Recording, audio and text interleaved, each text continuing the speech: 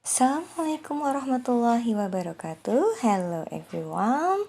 Welcome to my English class for the 8th grade. With me, Miss Vivi. Well, before beginning the lesson, sebelum mulai pelajaran, don't forget, jangan lupa how to keep health our body. Bagaimana menjaga kesehatan tubuh kita, yaitu karena musim pandemi ini, jangan lupa how to prevent. Bagaimana mencegah agar kita terhindar dari COVID-19, ya. COVID-19 dengan cara apa? Avoid touching, ya. Jangan menyentuh mulut, hidung, ataupun mata. Kemudian avoid close contact, ya. Jadi menghindari kontak langsung atau bisa jangan berjabat tangan terlebih dahulu. Kemudian close cough, menutup ketika kalian batuk. Kemudian clean your hand, wash your hand, cuci tangan, and clean with the disinfectant or hand sanitizer. Bisa menggunakan cairan hand sanitizer. Pokoknya tetap di rumah, jaga kebersihan dan jaga kesehatan. Oke, today, hari ini, we will learn, kita akan mempelajari chapter 2, bab 2, yaitu tentang capability, kemampuan, and willingness, kemauan. Ya, jadi di bab 2 ini, kita akan mempelajari materi yang berjudul We Can Do It and We Will Do It. We can do it ini adalah kita bisa atau dapat melakukannya, and we will do it, kita mau atau akan melakukannya. Oke. Capability di sini atau kemampuan itu adalah ungkapan to state that we can do something. Menyatakan bahwa kita dapat melakukan sesuatu. Itu capability, kemampuan. While sedangkan willingness atau kemauan itu ya to state that we will do something. Menyatakan bahwa kita akan atau kita mau melakukan sesuatu. Look at the picture and the sentence below. Sinta can sing well. Sinta dapat bernyanyi dengan baik. Next. They can play music instruments together. Mereka dapat bermain alat musik bersama. Capability atau kemampuan di sini dengan judul We Can Do It, kita bisa melakukan itu. Ini adalah suatu ungkapan, suatu kemampuan bahwa kita bisa melakukan sesuatu tersebut. Untuk bisa mengekspresikan kemampuan dalam bahasa Inggris, kita dapat menggunakan dengan kata model, atau model itu dalam bahasa Inggris ada can, could, itu diantaranya.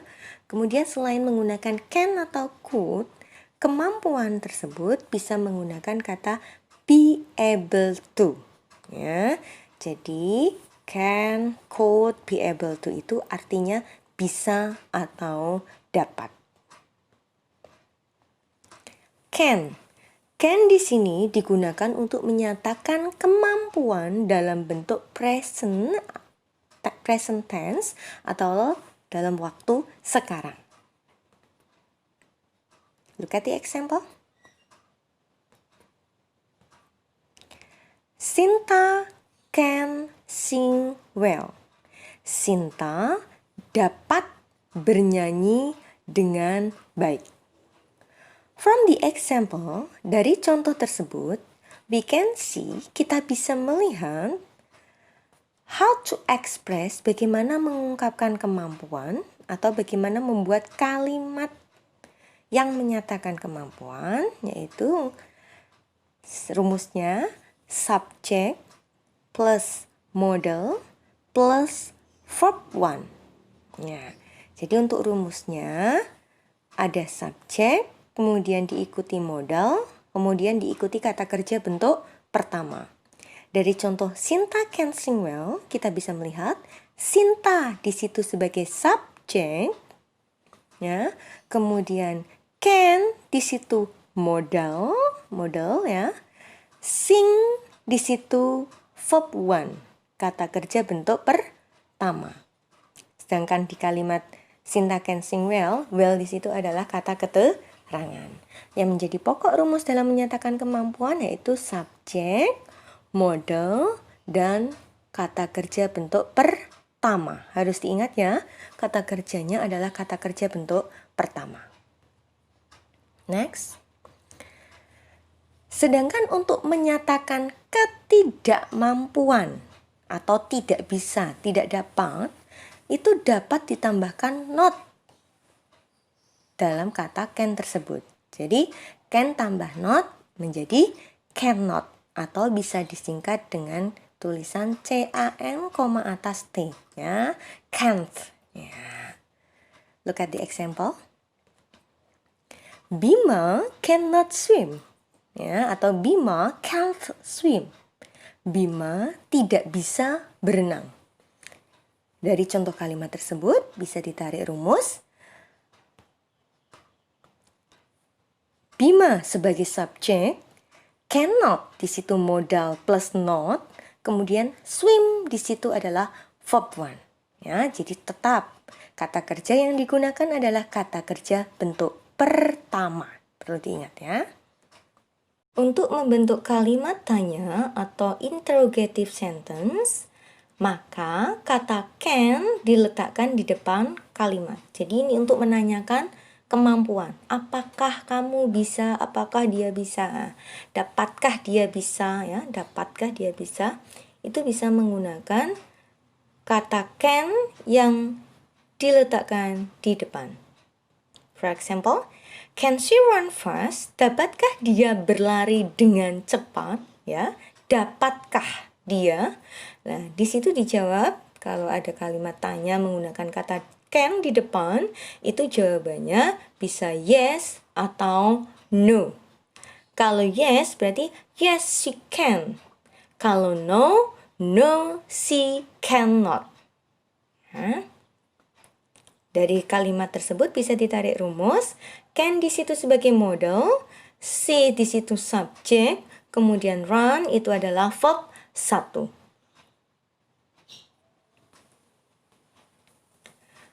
Menggunakan can dengan question word atau WH question, kata tanya, ada kata what apa, who siapa, where di mana, when kapan, why mengapa, how bagaimana. Jika digabungkan dengan kata can, maka can-nya diletakkan setelah kata question word tersebut. For example, what can I do for you?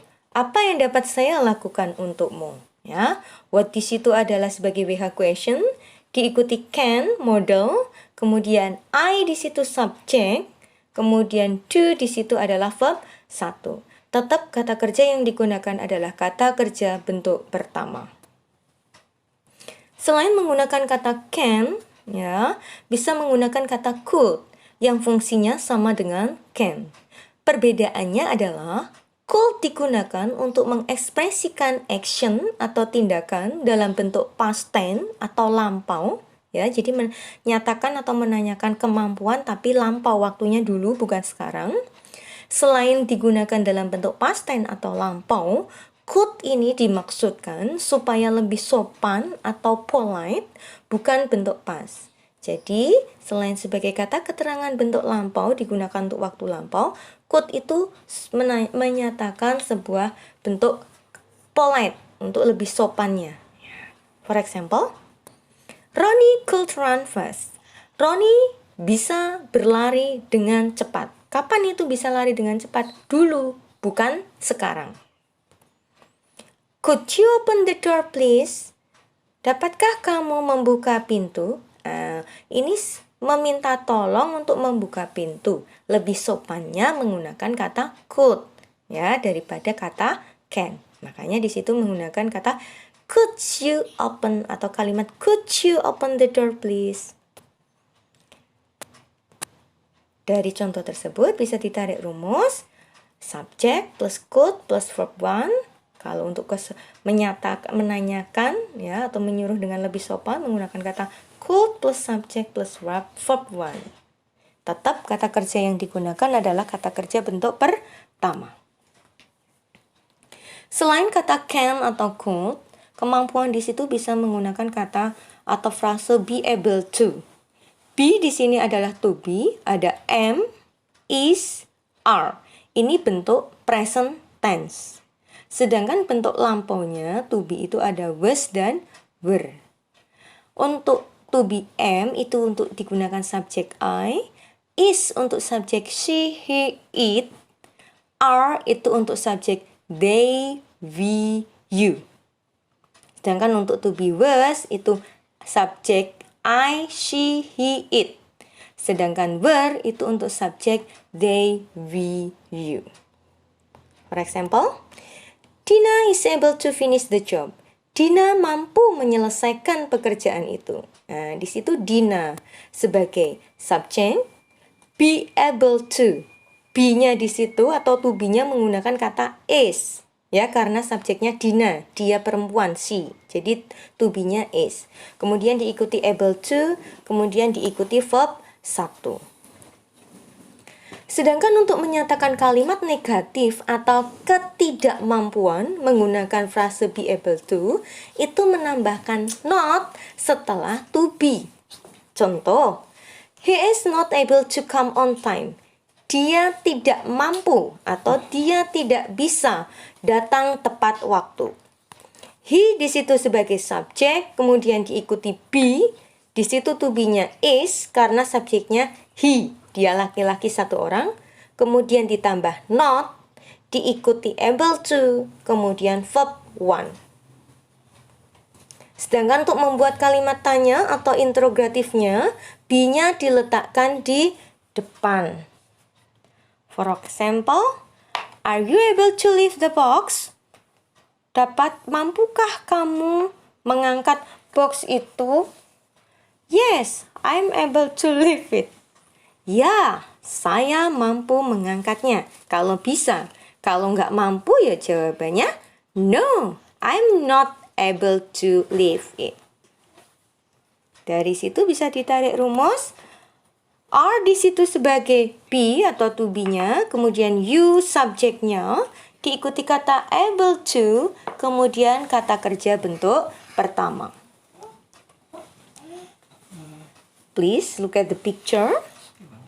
The next material, ya, materi selanjutnya yaitu tentang willingness. Will you come to my party? Sure, I will come to your party. Ya. Maukah kamu datang ke pestaku? Tentu, aku akan datang ke pestamu. Ya, dari dialog itu bisa dilihat contoh menggunakan kata will atau ekspresi willingness, kemauan. Di situ ada kalimat yang lain. Mita will do the homework tonight. Mita akan mengerjakan PR nanti malam. Mau mengerjakan PR-nya nanti malam. Mita di situ sebagai subjek, kemudian diikuti will atau bisa menggunakan kata would plus verb 1.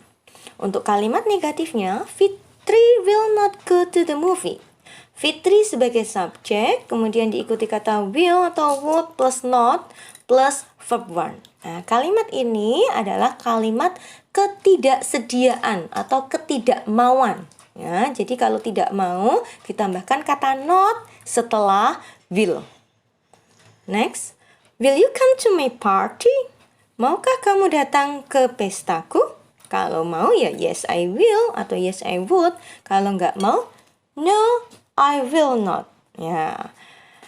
Will atau would diletakkan di depan, diikuti subjek, kemudian verb 1. Kata tanya, jangan lupa ya karena bertanya. Will not bisa disingkat dengan kata want. W-O-N, koma atas, T, yang artinya tidak mau atau tidak akan. Ungkapan willingness ini berarti kesediaan atau kemauan melakukan sesuatu. Untuk menyatakan itu, kita bisa menggunakan kata will atau would yang berarti akan, mau, atau bersedia. Will dan would memiliki kesamaan.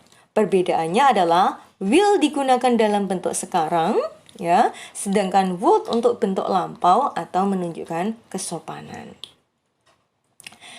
Well, baiklah, dari pembahasan atau diskusi hari ini, kita bisa menarik kesimpulan summary untuk ekspresi capability dari contoh Sinta can sing well atau Lina is able to leave the box.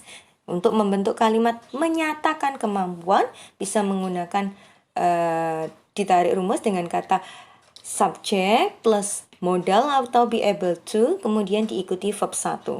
Sedangkan untuk ketidakmampuan, contoh di situ Bima cannot swim atau Hendra is not able to run fast. Di situ bisa ditarik rumus subject plus modal atau be able to plus not plus verb 1. Ingat, kalau menggunakan able to, not-nya diletakkan setelah be atau setelah to be-nya. Kemudian untuk kalimat interrogatifnya, can he climb a tree? Atau is he able to type fast? Bisa ditarik rumus modal plus subject plus verb 1 atau menggunakan be plus subject plus able to plus verb 1. Modal di situ adalah can atau could untuk menyatakan kemampuan. Sedangkan untuk ekspresi willingness, kemauan atau kesediaan, contoh di situ Lina will come to my party, bisa ditarik rumus subject plus modal plus verb 1. Kemudian untuk kalimat negatifnya, Reno will not do the homework tonight. Reno tidak mau mengerjakan PR nanti malam. Itu bisa ditarik rumus subject plus modal plus not plus verb 1. Sedangkan untuk kalimat interrogatif atau kalimat tanya, di situ will-nya diletakkan di depan. Will she come to your house?